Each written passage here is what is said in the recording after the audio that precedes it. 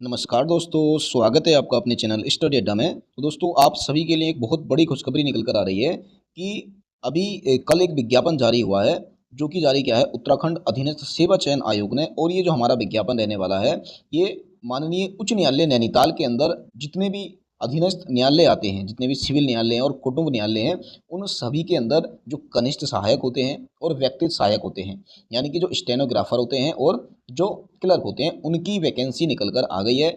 इनकी जो कुल पदों की संख्या है लगभग 398 है, यानी कि 400 के आसपास है। तो 400 हम इनको बोल सकते हैं कि 398 यहाँ पर कुल रिक्त पदों की संख्या है। अब इनकी क्या क्या प्रोसेस रहेगी, कब से ऑनलाइन होगा, कैसे होगा, ये सारी प्रोसेस मैं आपको इस वीडियो में बताने वाला हूं। तो वीडियो में अंत तक जरूर बने रहना। तो यहाँ पर आप देख रहे हैं विज्ञापन प्रकाशन की तिथि 15 जून, यानी कि कल ही ये विज्ञापन जारी हुआ है। ऑनलाइन आवेदन करने की प्रारंभ तिथि, यानी कि आवेदन जो स्टार्ट हो जाएंगे, ये 22 जून से स्टार्ट हो जाएंगे और अंतिम तिथि जो है वो 6 जुलाई निकल कर आ रही है। और इसके साथ साथ आप आवेदन कर लेते हैं। यदि आपको कोई संशोधन करना है तो 8 जुलाई से लेकर 10 जुलाई तक आप इसमें संशोधन कर सकते हैं। और साथ साथ में यहाँ पर जो लिखित परीक्षा की एक प्रस्तावित तिथि है 23 अगस्त, वो भी यहाँ पर आपको बता रखी है। ठीक हो गया। बाकी आप इसको डिटेल में पढ़ लेना। ये जो नोटिफिकेशन है मेरे टेलीग्राम चैनल पे भी मैंने इसको डाल दिया है, आप वहाँ से जाकर भी देख सकते हैं। बाकी टेलीग्राम चैनल से जुड़ने के लिए डिस्क्रिप्शन बॉक्स में मैंने अपना लिंक दे रखा है, आप वहाँ से जाकर उसको ज्वाइन कर सकते हैं।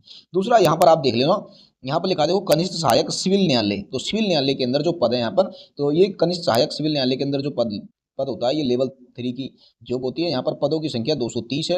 और कुटुंब न्यायालय के अंदर जो है यहाँ पर 29 है। और जो स्टेनो है सिविल न्यायालय के अंदर, उनकी संख्या 128 और कुटुंब न्यायालय के अंदर 11 है। इस तरह से टोटल 398 पद यहाँ पर हो जाते हैं। तो इनकी जो लिखित परीक्षा है देखो, ऑफलाइन या ऑनलाइन मोड किसी पर भी हो सकती है, पर ऑनलाइन आज का यूकेएसएससी करा नहीं रहा, तो सारी की सारी परीक्षाएं ऑफलाइन ही यहाँ पर हो रही है। दूसरा, मैं आपको यहाँ पर एक चीज़ और बता देता हूँ कि देखो यहाँ पर आप देख लेना कि कितने पद किस जगह पर है, यानी कि कनिष्ठ सहायक के जो पद हैं सिविल न्यायालय के अंदर जो है किस न्यायालय के अंदर, किस जिले में, किस न्यायालय के अंदर कितने पद हैं। तो देखो अल्मोड़ा में कनिष्ठ सहायक के कुल 12 पद हैं, तो यहाँ पर दे रखा है, कैटेगरी वाइज इनको बांट रखा है यहाँ पर। इसी तरह से आप हर जगह देखते रहना कि बागेश्वर में कैसे हैं, चमोली में कितने हैं। इसी तरह से आप नीचे देखते चले जाएंगे तो ये चंपावत, देहरादून, हरिद्वार, नैनीताल, पौड़ी गढ़वाल, पिथौरागढ़, रुद्रप्रयाग, टिहरी, उधम सिंह नगर, उत्तरकाशी, और यहाँ से जो कुल आपने देखा था 230, तो ये कनिष्ठ सहायक 230 है। इनकी यदि हम वेतनमान की बात करते हैं तो लेवल 3 की जॉब है, जो कि 21,700 से 69,100 रुपये तक इसका जाता है। आयु सीमा 21 से 35 वर्ष हो जाती है। अभी ये जो सैलरी है ना यहाँ पर, तो ये लेवल पे 7 के हिसाब से, परंतु आप सभी को पता है कि जो 8th पे है वो भी जस्ट लगने वाला है, तो ये लगभग डबल ही हो जाएगी।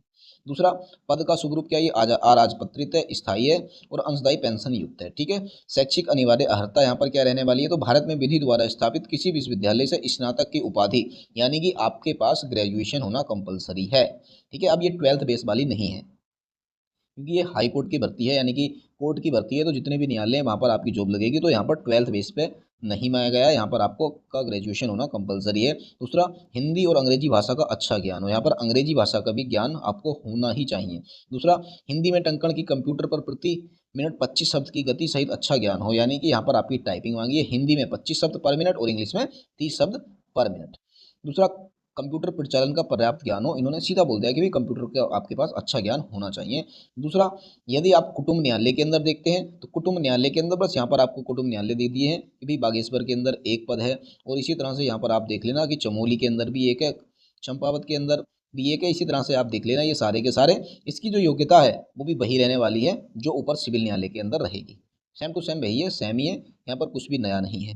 ठीक है, क्योंकि एक ही पद है। तो अब हम देख लेते हैं थोड़ा सा स्टेनो वाला, यानी कि व्यक्तिगत सहायक। तो व्यक्तिगत सहायक के टोटल देखो 128 पद ये थे, बाकी कुछ नीचे भी हैं। ये तो सारे के सारे सिविल न्यायालय के अंदर है, कुछ कुटुंब न्यायालय के अंदर भी है, यानी कि फैमिली कोर्ट के अंदर भी है। तो फैमिली कोर्ट के अंदर भी हम सारे पद यहाँ पर देख लेंगे। तो ये देखो सारे के सारे पद आप देखते चले जाना। अब इनकी जो योग्यता है देखो वो देख लेते हैं। तो इनका वेतनमान जो है देखो, ये जो जॉब है ना ये लेवल 5 की है, क्योंकि ये स्टेनो है तो यहाँ पर लेवल थोड़ा सा बढ़ जाता है। 21 से 35 वर्ष यहाँ पर एज मांगी गई है। ये भी सेम अराजपत्रित, स्थायी, अस्थायी, अंशदायी पेंशन युक्त है। और यहाँ पर यदि आप शैक्षिक अर्हता की बात करेंगे तो यहाँ पर भी सेम ही है। बस थोड़ा सा अंतर यहाँ पर यह है कि देखो यहाँ पर विश्वविद्यालय से स्नातक की उपाधि बिल्कुल होनी चाहिए, हिंदी और अंग्रेजी भाषा का ज्ञान बिल्कुल होना चाहिए। हिंदी में जो आशु लेखन की देखो यहाँ पर क्या है ना, शॉर्ट हैंड मांग ली है कि शॉर्ट हैंड आपके पास 80 शब्द प्रति मिनट हिंदी में होनी चाहिए। और साथ साथ में टाइपिंग तो वही है जो उसमें थी। और इंग्लिश के अंदर यही है देखो, हाँ, अंग्रेजी में भी 80 शब्द प्रति मिनट दोनों मांग दिए कि भाई 80 शब्द प्रति मिनट जो है वो आपके स्टेनो के होने चाहिए। बाकी टाइपिंग के अंदर 25 हिंदी में और 30-35 शब्द इंग्लिश में। यहाँ पर 35 करती है, देखो इंग्लिश में, वहाँ पर हिंदी 30 थे। और कंप्यूटर प्रचलन का अच्छा ज्ञान हो, बस। यानी कि आपका जो टाइपिंग वाला है उसमें थोड़ा सा परिवर्तन कर दिया है, बाकी सभी का सेम है। यहाँ पर भी यदि आप देखेंगे तो बस ये फैमिली कोड में, तो ये भी सारे के सारे सेम रहने वाले हैं। दूसरा हम बात कर लेते हैं कि आपकी जो लिखित प्रतियोगिता परीक्षा होगी उसका पाठ्यक्रम और उत्तर प्रक्रिया कैसी होगी। तो भाई आप सभी को अच्छे से पता है कि इसका जो पाठ्यक्रम होगा टोटल 140 नंबर का होगा, जिसमें भाई 70 नंबर का क्या होता है आपका अन्य ज्ञान हो जाएगा और 70 नंबर का सामान्य अध्ययन हो जाएगा। ठीक हो गया। और बाकी जो आपकी टाइपिंग या स्टेनो की परीक्षा होगी वो 60 अंकों की होगी। दूसरा जो होता है ना ये टाइपिंग टेस्ट, ये सिर्फ क्वालिफाइंग नेचर का होता है। यदि आपके नंबर थ्योरी में सेम आते हैं तब जाके उसको देखा जाता है। बाकी यहाँ पर जो आपकी माइनस मार्किंग है 1/4 की माइनस मार्किंग भी रहने वाली है। दूसरा भाई यदि आप कोई गलती करते हो तो आप उसके जिम्मेदार आप खुद ही होगे। आयु हमने आपको बता दिया है यहाँ पर, फिर भी आप देख लेना कि अभ्यर्थी का जो जन्म है 1 जनवरी 2005 के पश्चात एवं 2 जनवरी 1991 से पूर्व का नहीं होना चाहिए।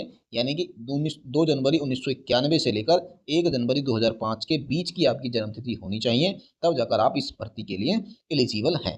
बाकी देखो जो नियमानुसार जो छूट होती है वो हर किसी चीज़ को दी जाती है। ठीक हो गया ना। बाकी जो लोग जॉब में लगे हुए हैं उनको अनापत्ति प्रमाण पत्र देना पड़ेगा। बाकी तो सारे के सारे हर जगह सेम ही होते हैं, हर भर्ती के अंदर जो नियम कानून रहते हैं वो आप सभी को अच्छे से पता है, उनको बताने की ज़्यादा ज़रूरत है नहीं। तो बस अब आपने क्या करना है, देखो आपका जो एग्ज़ाम हो जाएगा, 23 अगस्त को आपका एग्ज़ाम यहाँ पर अभी प्रस्तावित है, तो आपने उसको ही मानकर चलना है और उसके हिसाब से आपने अपनी तैयारी करनी है। दूसरा यहाँ पर हम फीस देख लेते हैं कि जो जनरल और ओबीसी वाले कैंडिडेट हैं उनके लिए फीस 300 रुपये रहेगी, और SC ST और EWS के लिए 150 रुपये यहाँ पर फीस रहने वाली है। बाकी साथ साथ में जो दिव्यांग पर्सन है उनके लिए 150 है, और जो ऑर्फन है, अनाथ है, उनके लिए कोई भी फीस नहीं रहने वाली है। ठीक हो गया। फिर आवेदन पत्र कैसे भरना है आप सभी को अच्छे से पता है। यदि फिर भी कहीं कोई दिक्कत आती है तो कमेंट बॉक्स आपके लिए ओपन है, आप हमें बता देना, हम आपको लाइव भर के दिखा देंगे कि किस तरह से ये भरा जाता है। ठीक हो गया ना। बाकी इसमें कोई और नई चीज़ है नहीं।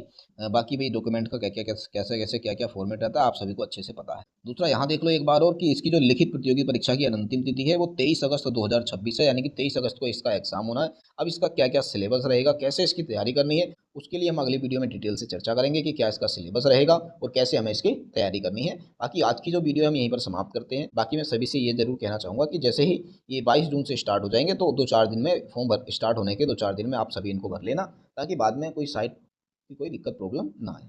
बाकी आज की वीडियो हम यहीं पर समाप्त कर लेते हैं। वीडियो यदि आपको पसंद आई हो तो वीडियो को लाइक कर देना, अपने दोस्तों को शेयर कर देना, और यदि आप चैनल पर नए हैं तो चैनल को सब्सक्राइब कर लेना, क्योंकि ऐसे ही इन्फॉर्मेटिव वीडियो आपको हमारे इस यूट्यूब चैनल पर मिलती रहेंगी। तो मिलेंगे फिर हम बहुत ही जल्द एक अगली वीडियो में, तब तक के लिए बेस्ट ऑफ लक।